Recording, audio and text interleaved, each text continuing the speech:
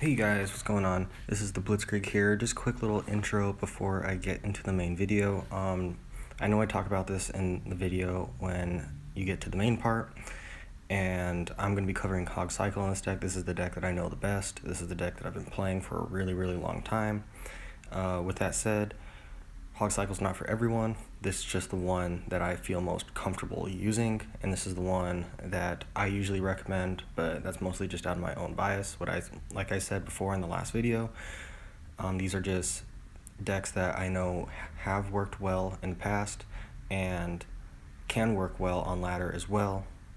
Very easy to max and pretty straightforward to play once you become a little more experienced with it. With that said, we're gonna jump right back into the main video, and hope you guys enjoy. Hey guys, what's going on? It is the Blitzkrieg, and I am back with another video. This video is going to be covering Hog Cycle. Hog Cycle, if you are in my clan, you will know that this is my main ladder deck. I play this deck a lot. Screen recording saved video, so that's the previous video. I play this deck a lot. I know it pretty well. I mostly play it on ladder, but we're going to take it into challenges. Actually, no, what we're going to do is we're going to take it into ladder because I'm 6-2, and for the Mortar Hog deck, it's a little bit better in challenges, so I'm going to try and use that to get a couple wins in the challenge, hopefully advance. If not, you know, a loss is a loss at the end of the day. I don't mind showing them because we can learn from them. So we're going to hop into ladder with Hog Cycle. This is, in my opinion, one of the best ladder pushing decks because it has a fairly low, it's not super difficult to learn the idea on how to play. Okay, we're playing Miner. If this is Miner Poison, this could be a bit difficult. So we're going to do Ice Golem in the back. One thing to note about how I play this, is that Inferno Dragon? Okay, that's Inferno Dragon. I'm going to do one thing that I would say you normally don't want to do, and that's putting Musketeer in the back with Hog Cycle. Your Musketeer is your main tank, is basically your main source of DPS in this deck. So it is not recommended to place it in the back, especially because, I'm going to see if I can pull this. This is what Hog Cycle is about. You got to really know how to kite, because you're going to do a lot of kiting with you're going to be doing a lot of kiting with, okay, sorry, I have to concentrate. There's a balloon. Balloons are very scary. I don't want those to hit my tower, because you're going to be doing a lot of kiting. Kiting is what helps you win against those P.E.K.K.A. matchups. Okay, interesting. We're going to kite this to the opposite lane. We're going to take it into the kill zone. That should deal with it. If not, I can always do skeletons. Okay, yeah, that's definitely going to take care of it. I can always do skeletons. So I think we're playing against, I believe we're playing Mega Knight Bait. Okay, interesting. I'm going to fireball that. That should take care of it. I'm going to do Ice Spirit because that mini P.E.K.K.A. is going to find some way to get onto my tower. I don't mind this being like a negative trade because Balloon does a lot of damage if it hits your tower, and I really want to avoid a lot of the death damage, at least as much of it as possible. So we're going to kite that. I'm going to place the Musketeer. This Musketeer should attack. Okay. It should attack the... I was planning on attacking the Miner first, but it didn't. What's done is done. We're going to cycle a fireball there. Help reset that. Pull the balloon. Don't want the mini P.E.K.K.A. to take out my cannon just yet because I'm still trying to make a pull. And we're gonna go Hog on that same tower because we want to bait out that Mega Knight because he's going after the left tower, and I want to keep him from getting it.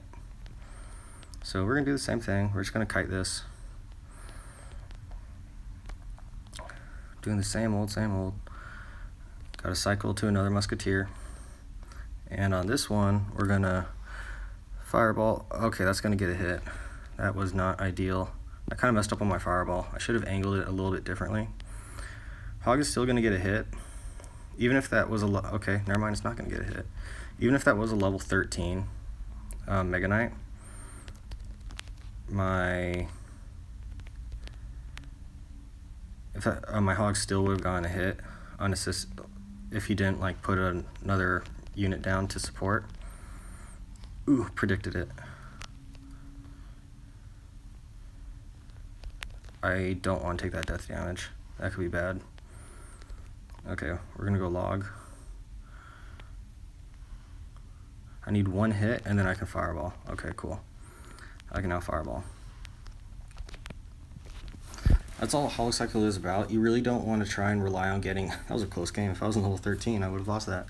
You don't really want to rely on getting a whole bunch of damage off of just one push with Hogcycle. It's just the cumulative knowing when to put your hog. You usually want to put your hog down the lane, and I always pig push just because you'll be surprised at how many times people can, you know, mess up on their placement of their defensive units, and that will help you get around them. It also it forces them to be a lot more cognizant of where they place their defensive buildings. But you know, in matches where they don't have a defensive, you can go straight down because that'll be the fastest route to the tower. With that said, I'm sort of a creature of habit, and I just keep doing it, even if they don't have any defensive units. Okay, so we could be... I think we're playing P.E.K.K.A. spam. Yeah, this is definitely P.E.K.K.A. Well, this should be an interesting game. Yeah, this is definitely P.E.K.K.A. We're going to log, and then we're going to fireball this. Pull that up top. Skeletons. So this is a very... Yeah, we're definitely playing P.E.K.K.A. He's probably going to play P.E.K.K.A. left lane. We're going to pull doing this. We're going to place that musketeer opposite lane because we need to pull the Royal Ghost and keep the musketeer alive, just barely. I'm not sure. I think that's enough health for my musketeer to get one hit. Nope, because there's an Electro Whiz. Okay, so we're gonna do the same thing again. We're just gonna fireball that. Ice Golem to defend. It's not the ideal use of Ice Golem that I really want to be using because I really need to save that for when he plays his P.E.K.K.A. Okay, so we're even on both towers. So I don't think he has Battle Ram back in cycle. So he's either gonna go Royal okay, so he's gonna go Royal Ghost. Interesting. Oh, I gotta have surround. Oh, I messed up. Okay, so this is gonna be interesting. He has enough for P.E.K.K.A. He's probably gonna play it. Yep. I really probably shouldn't have played the what's done is done. Okay, so we're gonna have to kite this, yeah, because he's gonna poison. Okay. Oh, it's probably because I played my cannon incorrectly. Wait, there we go. He doesn't have poison in cycle. We're gonna log,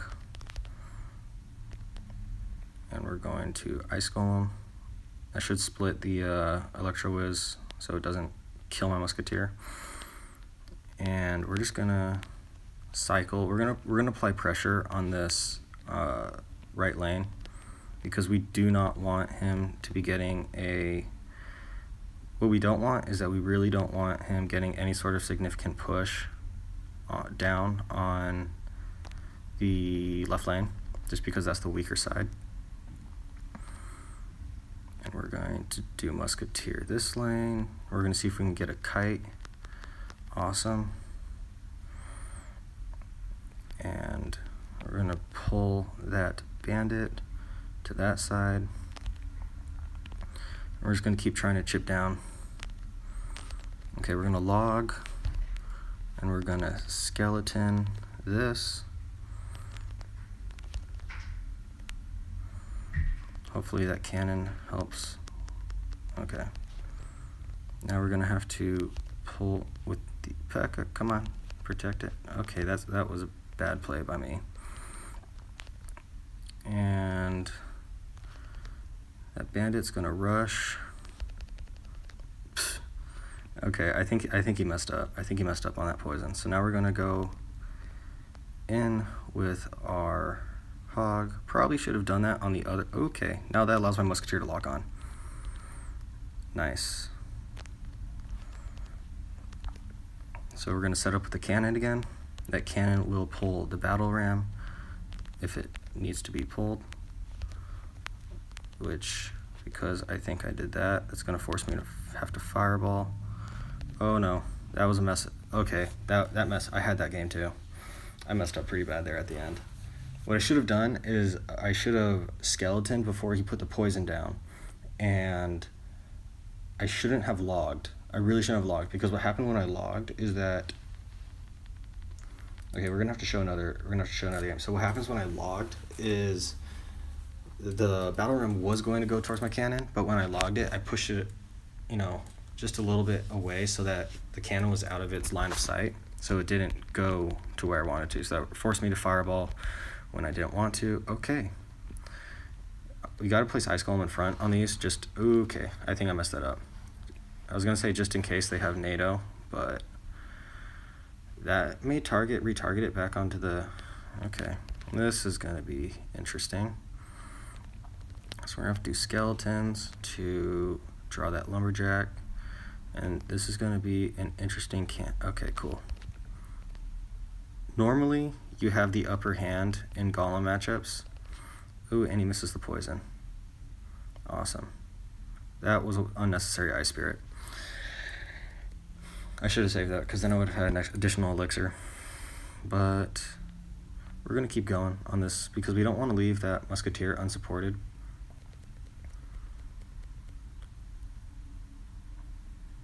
And we're going to do skeletons.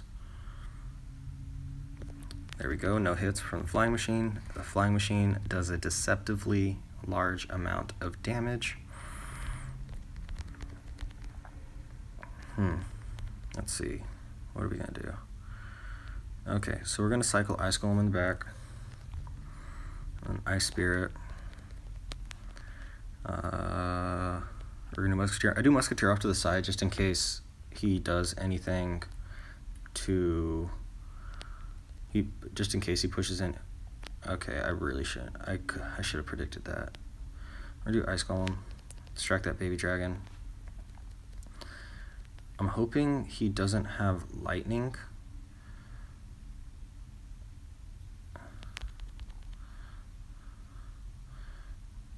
Okay, we're just gonna log that back just so the barb doesn't do too much damage. I don't think he has NATO back in cycle, but also I'm not really paying attention to that. I'm just trying to defend. Yeah, he doesn't. Awesome. Okay, I'm starting to think that he doesn't actually have lightning, so that's good. And oh no, I missed the fireball.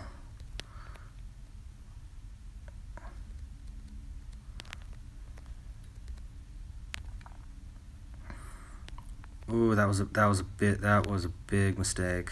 That flying machine is getting so much value.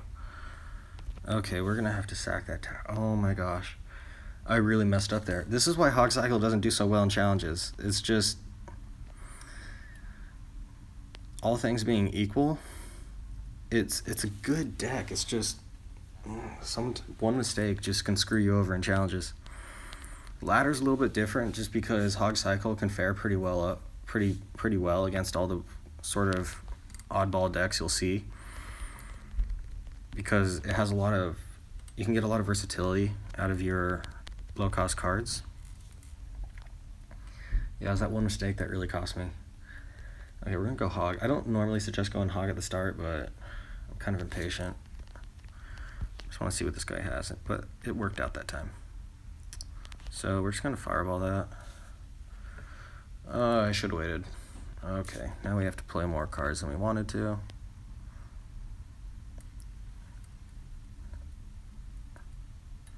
That was a lot of damage.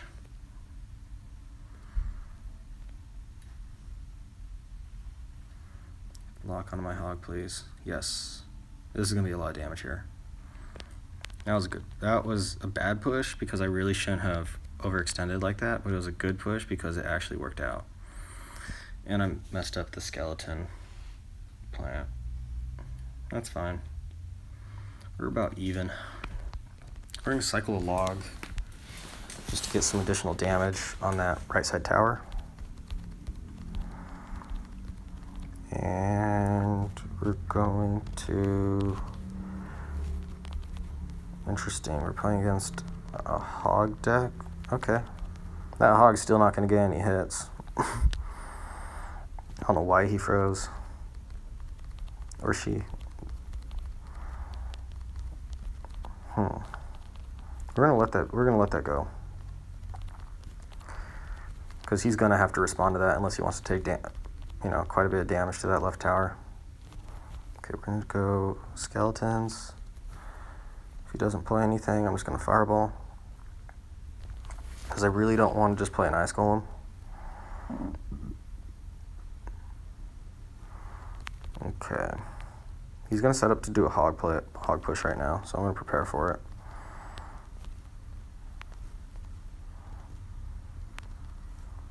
Interesting fireball. We'll just take that. We'll sack that tower because he did overcommit quite a bit. This person's just trying to give me fireball value.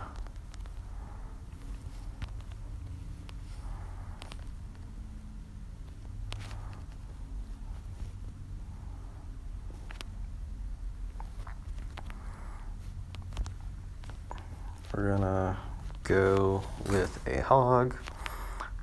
Trust me, I'm watching that right side tower. That is an interesting play. I do not know why he did that.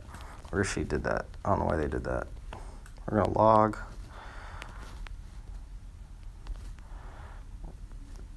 That was a bad musketeer play in my opinion. That's a musketeer play that you only really do if the tower's already close, because you can't really fool them that many times with that kind of play. Missed fireball. Awesome. Okay, so we're even now. We're gonna log, and then we're gonna fireball just because that pesky wizard, and that's gonna be tower. Should be. Nope, not gonna be tower. He's gonna do something crazy here. I know it. Again, you didn't think I was gonna predict that? Interesting. We're gonna do cannon. Can't freeze everything. Notice how I spaced out my units. Still not going to get a hit. I can log, fireball. And that's game.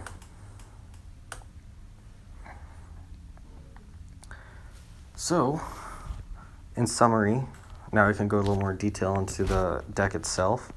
This is a very solid deck for ladder pushing. It is my favorite deck for ladder pushing. Once you learn the basics of it, such as not putting your musketeer in the back, you gotta be careful how you cycle your ice golem, and you gotta be really careful on how you cycle your cards. Once you sort of learn how to cycle your cards, such as ice golem, I usually only cycle ice golem if I know that I'm going up against a matchup where I don't really need to worry about kiting any particular cards in order to help take them out. Musketeer, usually you want to be playing that in front of your king tower. It is your main source of DPS on taking out tanks. Trust me, a cannon alone can theoretically take out a golem, given that they're the same level, but golem players are always going to have support units behind it. That's where the ice golem comes into play. You can use the ice golem. This is very, of course, matchup dependent, depending on how they're placing their units and how much they're spaced out and where they are on the map. But what I like to do is use a cannon pull, get a musketeer set up. I usually spread it out just because I usually assume that they have like lightning or poison, and I'll use the ice golem to kite all their supporting units, usually to the opposite lane. And hog, I really use most of the time on counter pushes when I know their elixir is low. So that's a little more advanced. That has to do with counting elixir and knowing card cycle. And that leads me into my second point, which is knowing when their counter is out of hand. When their counter is out of hand, you can usually go in with a quick hog. I usually just go hog, and if it gets 1 or 2 hits, same thing with mortar, which I'm going to explain in the next video. If it gets 1 hit, 2 hits, that is a successful push.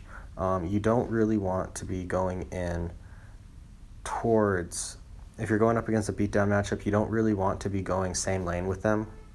Unless there are some rare instances in which you do want to go same lane. Let's say they drop golem in the back and you already have their main tower down pretty low. You can go same lane with a hog, and people will typically not want to place their supporting units in front of their golem. They tend to want to have them behind the golem, so that could usually give you a free 2-3 hits off the bat, which if their tower is pretty low, that can put it in like a critical spot where you can take that tower pretty easily, and then next time they go golem, you can go opposite lane and really try and split their push up. If you play golem right, you're not gonna lose a single match. I lost one because I did not play it right. I kind of messed up. With that said, this deck can be difficult to use at times, especially when they have a lot of counters in hand, but because of its cheap cost, you can usually outcycle a lot of those counters. And as you get better, let's say they have multiple counters, you learn how to trick. There's certain trick plays that you'll learn as you get better with the deck. Those trick plays I'm not going to go into detail here because that's more of a higher level gameplay. This is more just showcasing some ladder decks that I believe to have worked for myself, as well as I've seen it work for other people, and a lot of other people have found success with them. Another common thing is that this deck is very easy to max out. The order of cards that I would recommend going with as far as maxing it out, usually you want your Ice Spirit to be around the same level as the King Towers that you're going to be going up against.